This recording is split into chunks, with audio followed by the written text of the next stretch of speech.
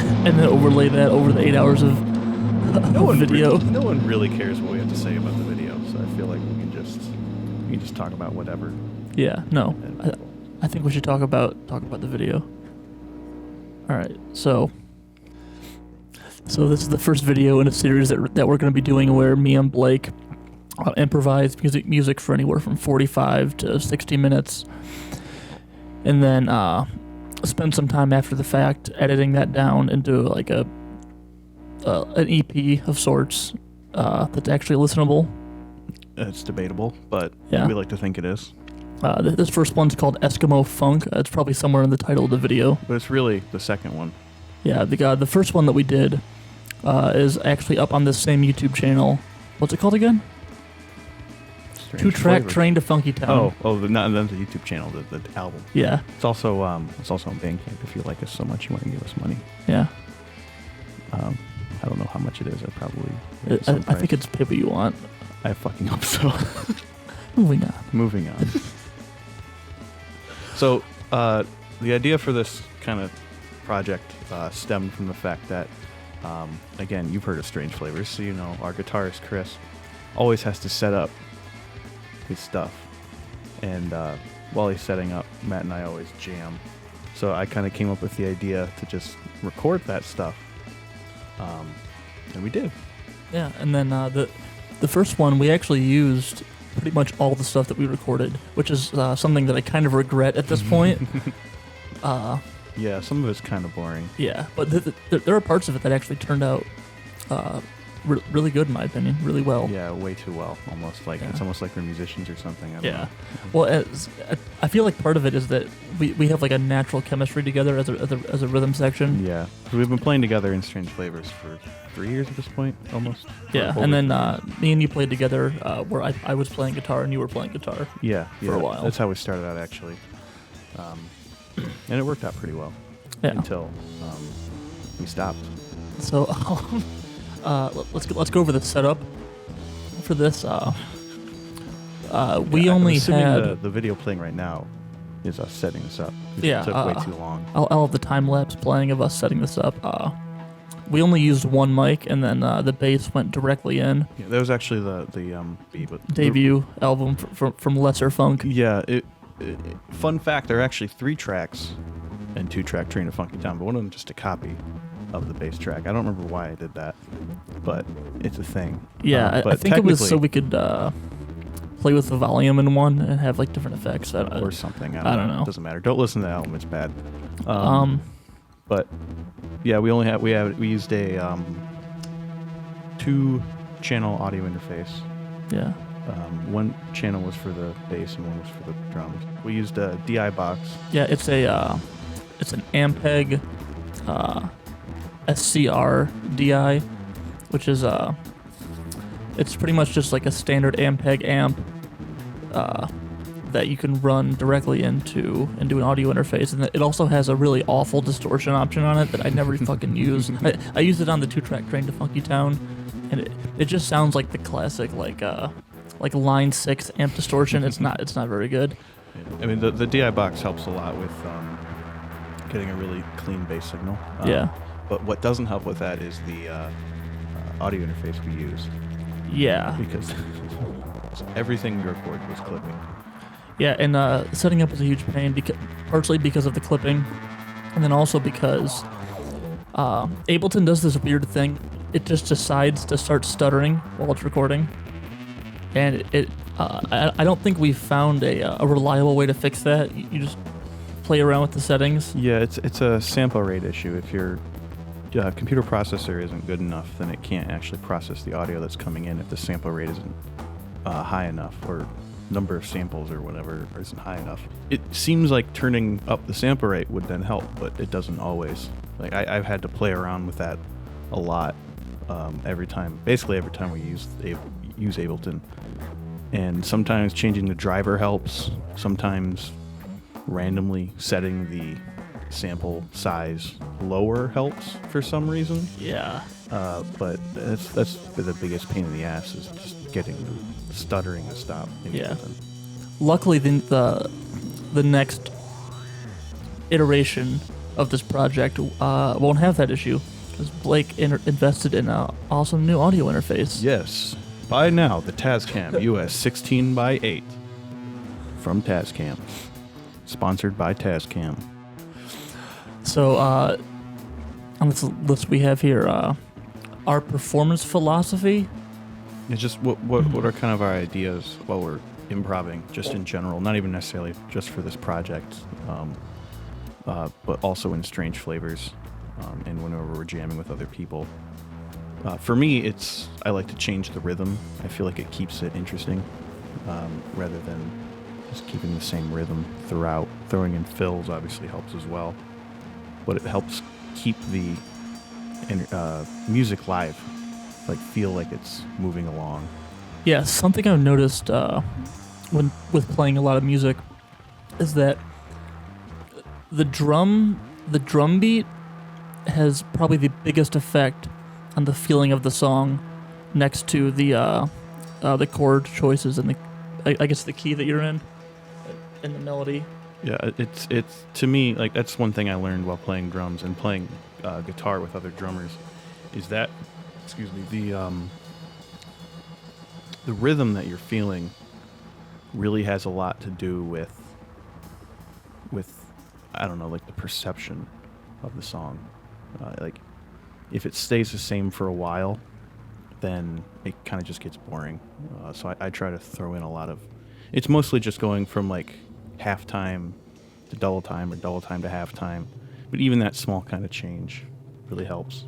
Yeah, and then with bass, I definitely try a lot to stray away from the natural rhythm that I'll usually play, which is like a simple syncopated funky rhythm. Because it sounds really good at first, but after you hear it for 3 or 4 minutes straight, it gets kind of old. So I'll try to change up into different styles, and I also try a lot to move around in the key and change keys, especially because I'm the only tonal instrument in the band, so I can sort of feel free to move around to different keys as I see fit. Yeah, and another thing we like to, both of us have ADD. I think it's some iteration of that. So we like to keep things interesting to the best of our ability. And I feel like we both kind of know how to do that, or maybe not know how to do it, but we know when we're getting boring at the very least. Yeah. And there were times in this recording when we listened back and we actually had to cut a fair bit out of this, just because there were sections that just dragged on for too long. And I recall when we were actually recording it, staring at Blake, just kind of like, I don't know where to go from here. This feels so fucking boring. Yeah. But luckily we were able to bring it all back home. Especially listening back, to me, I've always found if I'm not listening to music, it's boring. So a lot of the times when we're listening back on the stuff that we have recorded, I'm just not listening to it, and I go, oh wait, I'm supposed to be doing something here. Yeah. And you come back, you're like, oh shit, I should probably just cut this out because it's so fucking boring. It lost my attention. But something with listening on later, I think Matt's the same way. I'm constantly surprised at how well things turn out. Not to toot our own horn. No, but seriously, a lot of the times when we go to listen back to these jam sessions, they're just weird things that we do that sound like they were planned out and written ahead of time. Yeah, it's not always like that. I always hear a lot of mistakes in the drumming. Yeah. And I'm sure Matt hears mistakes, but I don't hear them. Yeah, well, Matt's perfect to me. That's one thing that you learn to do, especially when you're trying to record music that you did write out ahead of time and produce that into CDs, like an actual product. Is you learn to stop listening for all of your mistakes and being so self-critical and listening to the song as a whole. Wait, you learned how to do that? Slightly. Can you teach me? That's all I do. I always only listen to the drums when I'm listening to our recordings. It's tough because your natural instinct is to go, oh, I could fix this, this, and this. But once something's recorded and you know you can't go back and change it either because of like budget reasons or time reasons, you just have to sort of change your mindset to go, okay, what can we do from this point on to make it sound better? That's something that this project helps me do a lot, because we have no option whatsoever to go back and do overdubs or re-record anything. So it's all about what can we do post-recording to improve the sound and make it listenable. Like when we first started mixing this exact session, there was an issue where the bass was clipping constantly. I think there were only maybe like 3 or 4 minutes in the entire recording where the bass wasn't clipping. Yeah. So we ended up having to put a distortion effect over the entire bass track just to make it sound intentional.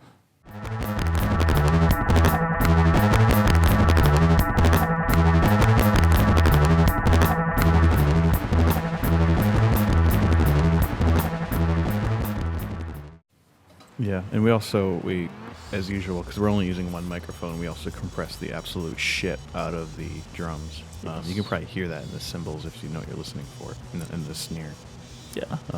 It sort of it sounds very hot, if that makes any sense to anybody. Yeah, it's just super distorted. There's not a lot of decay on the drums. The cymbals sound like they're going through like a fuzz pedal, basically, or something. I don't know. It's I like the way it sounds, but it's definitely not professional. It has a specific a specific texture to it, but it's not something that you want for every project. Yeah, exactly. I'm actually excited now that we have this 8-channel interface. 16, Matt. I'm excited by this though, because it's going to allow us to do a lot more. Like we can use like 4 mics on the drums. We can have a room 16 mic. mics on the drums. Yeah, So I also have a preamp we can plug into the 1/4-inch channels. we have to buy microphones. Shh, Though. don't tell them that. What else do we have on here? So Matt used a lot of pedals. A lot of them were mine Mm-hmm. because I play guitar sometimes. Just recently before this recording, I got a Crybaby bass wah. My friend in Anti-Ghost said that the wah sounds more like a flanger than a wah. So What is a flanger? I have no idea what it actually does. It's like a chorus, but more 90s than a chorus. Yeah, Google flanger if you care what a flanger is. Probably don't, because they sound like shit. But I use Blake's Obscura delay, right? Mm-hmm. Is that it? Yeah. So the detect, they can send us money. That's a weird one for me because I'm not used to using a delay at all, really. So I'm having to change the settings on the fly to try to do like psychedelic sections in the music. And sometimes I'll set the decay way too shallow. So I'll play something and it'll go on for 10 or 15 seconds. And I'm trying to play over that as I'm trying to fix the settings on the pedal, and it just ends up sounding like a big mess of garbage. What about the fuzz? I actually had a dual fuzz for this one. I had a Big Muff bass fuzz, and I used Blake's Fox Tone Machine, which is like a much more trebly fuzz. It's definitely made for guitar more than bass. Yeah. But I find that it has a really cool aesthetic to it. Mm-hmm. Especially, I agree. Especially when you're doing like doomy, like Black Sabbath style stuff. It really bites in. Yeah, it's So, interesting. I like it a lot. Not that anyone's going to care or know what the hell I'm talking about, but the reason why the Fox Tone Machine sounds the way it does is because the vintage transistors they use have a slight octave effect when they amplify the signal. I don't know where it comes from or how that all works, but like that's why it has that super like bitey sound to it. Moving on from Blake's Tech Corner, what tremolo did you use? What is that pedal? It's a Dan Electro, I think. Okay, so it's a Dan Electro tremolo pedal. I used it kind of sparingly in this, just because tremolo a lot like wah, has a really distinct sound. Well, you didn't use the wah sparingly, did you? You never do. I guess I restricted myself, and I could have used it way more liberally. That's true. But like I find that wah and tremolo both have really distinct sounds. So when you go to them a lot, it tends to it takes the listener out of the experience of the music, and at least personally, I'll start thinking, oh wow, this person's really using that effect a lot, and then at that point you stop listening to the music and you're now intellectualizing it, which is that's fine, but it's not the experience of listening to music. Yeah. I think there's a fine line between when we're using all these different effects between what you said, the kind of like intellectual, like, ooh, it's interesting, I wonder what kind of pedal they use for that, and the actual like, ooh, this is actually adding to the music. Yeah. Which actually isn't something I've thought of before, because some of my enjoyment comes from music is intellectualizing about it. I definitely do like that. I like doing that a lot, but at the same time, I realize that like the visceral experience of music, which is what I think draws most people to music in the first place, is created just from just like the raw emotion you get from it. Yeah. Yeah. What's next? Segue into kind of the improv, how we actually, I guess, write on the fly, which we've had a lot of experience with. As we mentioned before, we just jam randomly when everyone else is setting up, or when Chris is tuning on stage or whatever. We've kind of learned how to communicate non-verbally to each other on how to finish, what do you even call them, riffs or segments. Yeah. Doing it with just the two of us is actually somewhat easier than doing it in like a group jam session, because I can just lock eyes with Blake, and he's the only person that I need to watch. And like, if we're in a long freak out section that's been going on for a couple minutes, I'll be watching him to see if he's trying to come out of that into something more rhythmic, or if I feel like I want to come into something more rhythmic, I'll start playing a more rhythmic bass line and watch his reaction and see is he responding to that, or is he still into the arrhythmic thing that he's doing, or vice versa. You know, if we're doing something rhythmic and I just start to go way out of that and lose the rhythm, and Blake's still laying down a beat, then I'll come back out of that into something rhythmic. Yeah, and it's actually some of the most interesting stuff we've come up with. One of my favorite tracks in the first one, at least, was when I could not get Matt to respond to what I was doing on the drums, and it kind of felt like two people were playing two different songs. Yeah, but it worked out really well. Yeah, it sounded really good. In terms of drumming, though, when we're actually performing, and even sometimes when we're listening back to it, it feels like the drumming might go on too long, because what I'm doing is a lot more repetitive than what Matt is doing. Yeah. So I rely on Matt to make sure that what is actually happening is interesting through and through, because the drums kind of are just carrying everything, and then the bass is actually what's leading and making the vocalizations of the music. Because if it was just drums, it would be really boring, because I'm not that good of a drummer. Even if someone's amazing at drums, yeah. I know one specific person. I'm not going to say anyone's name, but it's like, no matter how good you are at drums, playing consistently changing beat patterns that's not interesting enough to listen to. So yeah, I mean, I skip Moby Dick on Led Zeppelin 2 like every time. All right, so on to the mixing and editing section of this. We touched on this a little bit earlier. When we go to listen back, a lot of the times we're surprised at what we hear. Yeah. And how good things turned out. And also how bad they are, because it was fun to play. Yeah, there are certain things that I'll hear and remember fondly from the jam session. I'll pause it and think, that wasn't good. I mean, maybe if I listen to it again, it'll sound better. And I listen to it again, and I just go, we have to cut that whole fucking 8-minute section. Yeah. Because it was so boring to listen to. We're just bad. Yeah. Just not even necessarily boring. It's like, oh, wow. Poorly executed. I dropped the rhythm on that. Yeah. So bad. Yeah. If anyone hears that, I will never perform in the music industry again. So can we please cut that? One big thing that always strikes me is that I don't know a lot of the times what I did to get a specific sound during the jam session, because especially in the first album like this we did, the 2-track Train to Funky Town. Don't listen to it. It's bad. Um, Or do. I don't care. there are parts I do. that I really enjoy, and I wish I could replicate in strange flavors, but I don't know how the fuck I would even get close to doing that. Yeah, I feel the same way about when we do the Ableton mixing, because we had a lot of effects on there. I listened back to it, I'm like, was that something Matt did, or is that something we did post? Because I don't remember. It sounds cool sometimes. Sometimes it sounds bad, but It's part of the fun of listening back for us, aside from constantly cringing at our at our fuck ups. yeah, which are minimal because we cut out a lot of the stuff. Yeah, we talked about that a little bit already. We originally intended to have 6 tracks, but we just had to cut. Well, we never. I guess that's implying we intended to have anything. Yeah, well, We originally cut it up into 6 tracks, and then we deleted 3 of them. yeah.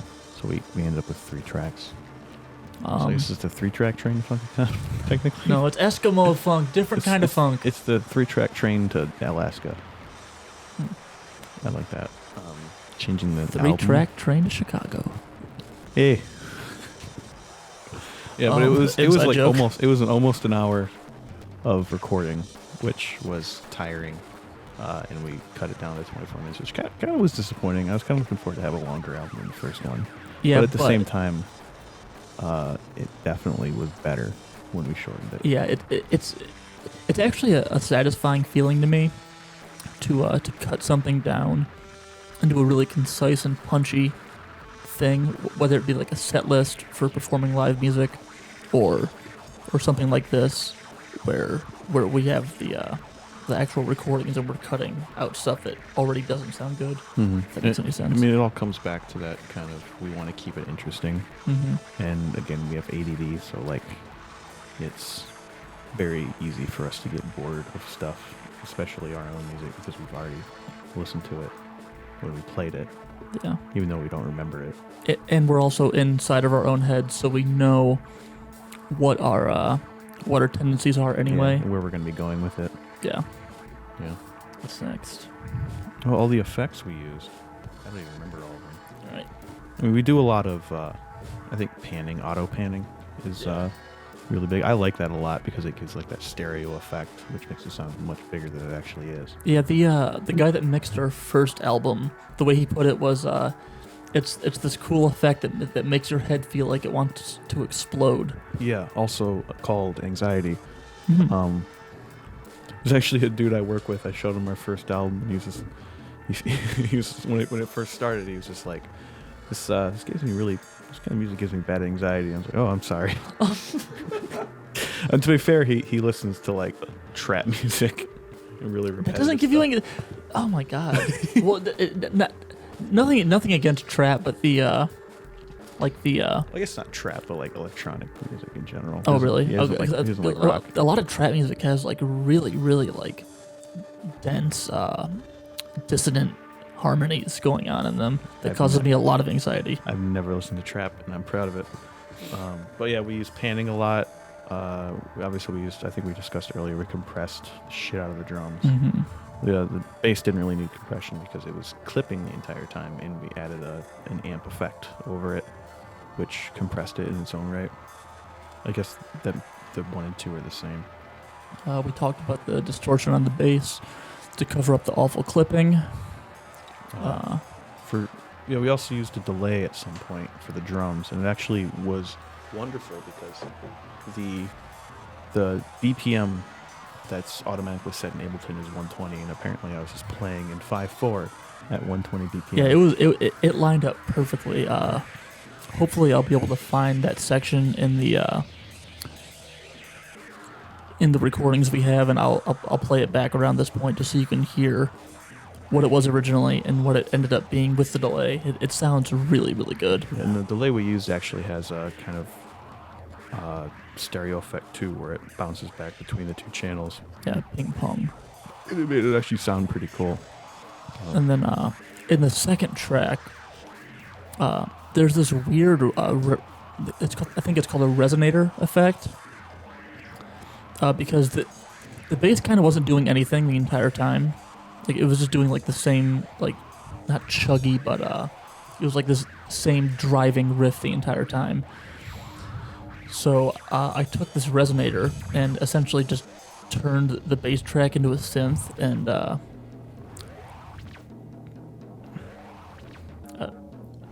I don't know what you did because I wasn't paying attention. yeah, I'm not. I almost fell asleep while you were doing that. I'll It have the took so time long. lapse up right now of me doing it, but I essentially just played around with the automation in Ableton and making weird shapes, and then I would play it back and go, "Oh, that sounds pretty cool." Yeah, that sounds like about right. And That's usually how we do it. and then at the end of those sections where I had that synth going on, quote unquote synth, I would cut that really quick and then have a slapback delay go on after that, so like it sort of carried out into the actual bass guitar sections to give it some sort of continuity between those two parts. Yeah, that was actually interesting because we changed up our dynamic a little bit for mixing. Because usually I'm on the computer, and you're kind of giving me instructions, and it adds to this. Usually it comes into this weird dynamic where I don't completely understand what you're talking about. Yeah. But you have almost all the ideas, so it kind of there's like this game of telephone we have going. It's fun. I like it. But for this one, I was like, nope, that's all Matt. Well, and then I just kind of laid there in his bed for a while. The and was very like, first time we ever mixed "When will you love anything, me?" the very first time we ever mixed anything together, we were trying to mix a song that Strange Flavors recorded. The first song Strange Flavors ever recorded. Poorly. That song is actually up on our Bandcamp still. It's a Pay what single you with a want. picture of me smiling. Strange Flavors can send us money too. Wait, And plug them a lot. but I had eaten a super strong hot edible, and it kicked in about the time that we tried to start mixing. So I just sat there and watched Blake on the computer, not knowing what the fuck was going on. I mean, to be fair, I also didn't know what the fuck was going on because it was But- the first time I had used Ableton. But you were aware of like general reality at that point. I think in that point in my life I wasn't because I was super depressed. But moving on from that, we also use a lot of volume swells. We're usually during the recording I'm playing almost the entire time because I feel like, I guess going back to recording performance philosophy, the drums. If you stop playing the drums, then everyone kind of stops. It feels like. Because it just seems like the song is ending, so I'm always kind of playing and trying to move on from where we are.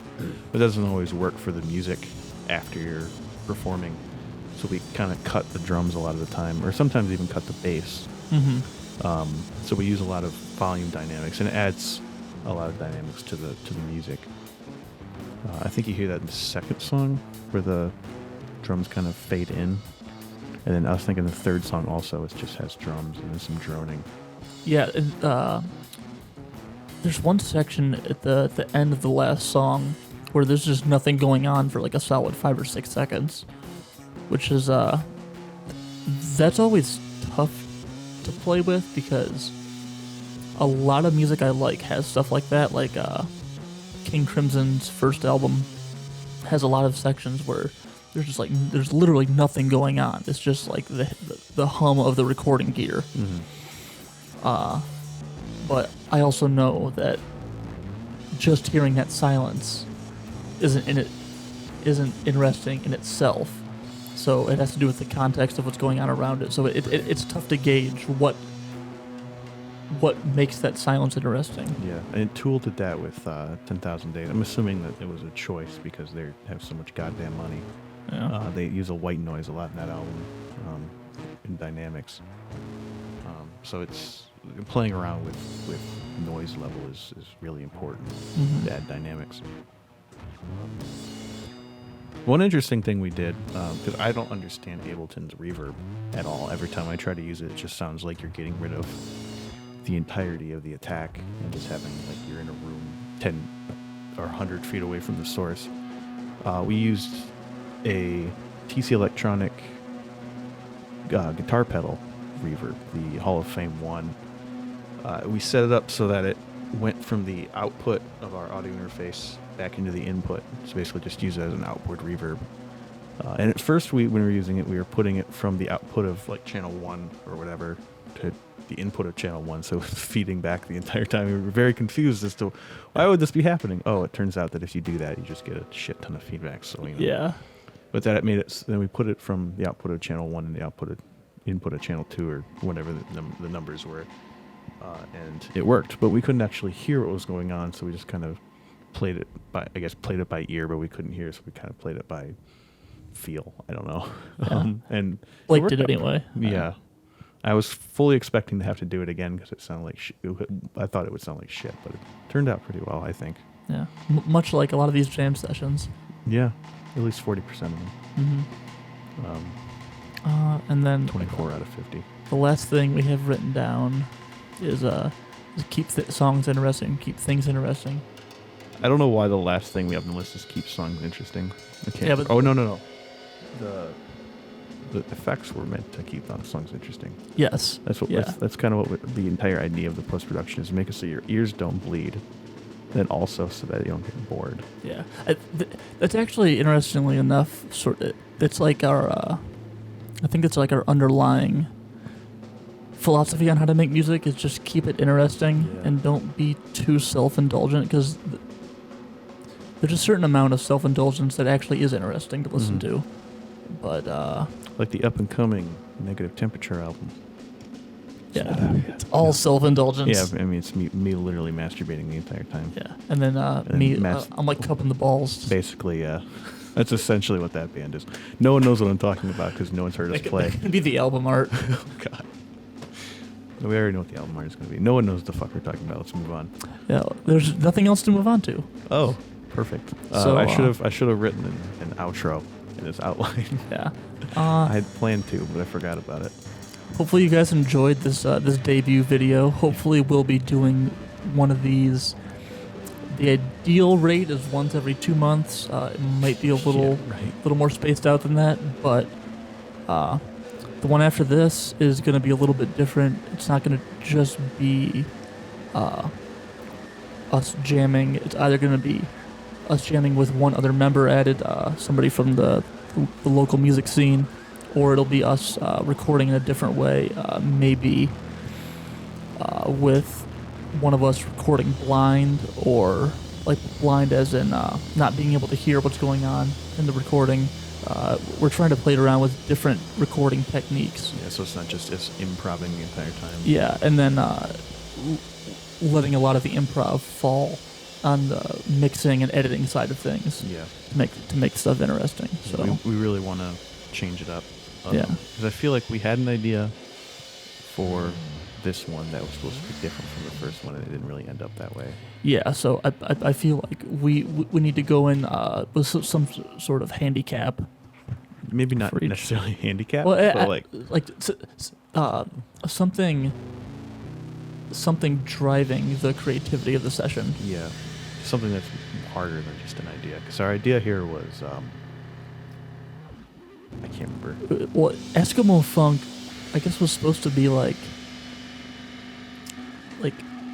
spacey, airy funk. Turn out that way. I mean, there's some spacey stuff in this, but like there was also spacey stuff. Yeah, in the I mean, first one. Personally, I think the first one has a few more high points.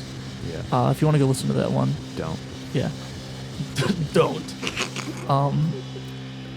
But I think the last track on this one might be my favorite that we've done. Oh yeah, definitely. That's this project, just because the very ending has this part where it's very quiet for a long time, and then it breaks in with like one final hit. Yeah. Funnily enough. Yeah, we flubbed that final hit up at first. It sounds professional. It's not. I'm pretty sure I was watching Blake when we fucked it up too. You were. And we just tried to hit it at the same time, and it was like a whole half second off. It was like really bad. It was really bad. So the $100 patrons can hear it. Go subscribe to our Patreon at patreon.com/beep. I think that's all we got. Yeah. Should have put an outro. Hopefully you guys enjoyed this as much as we did. Yeah, this is us just masturbating at this point. Yeah. Big kiss.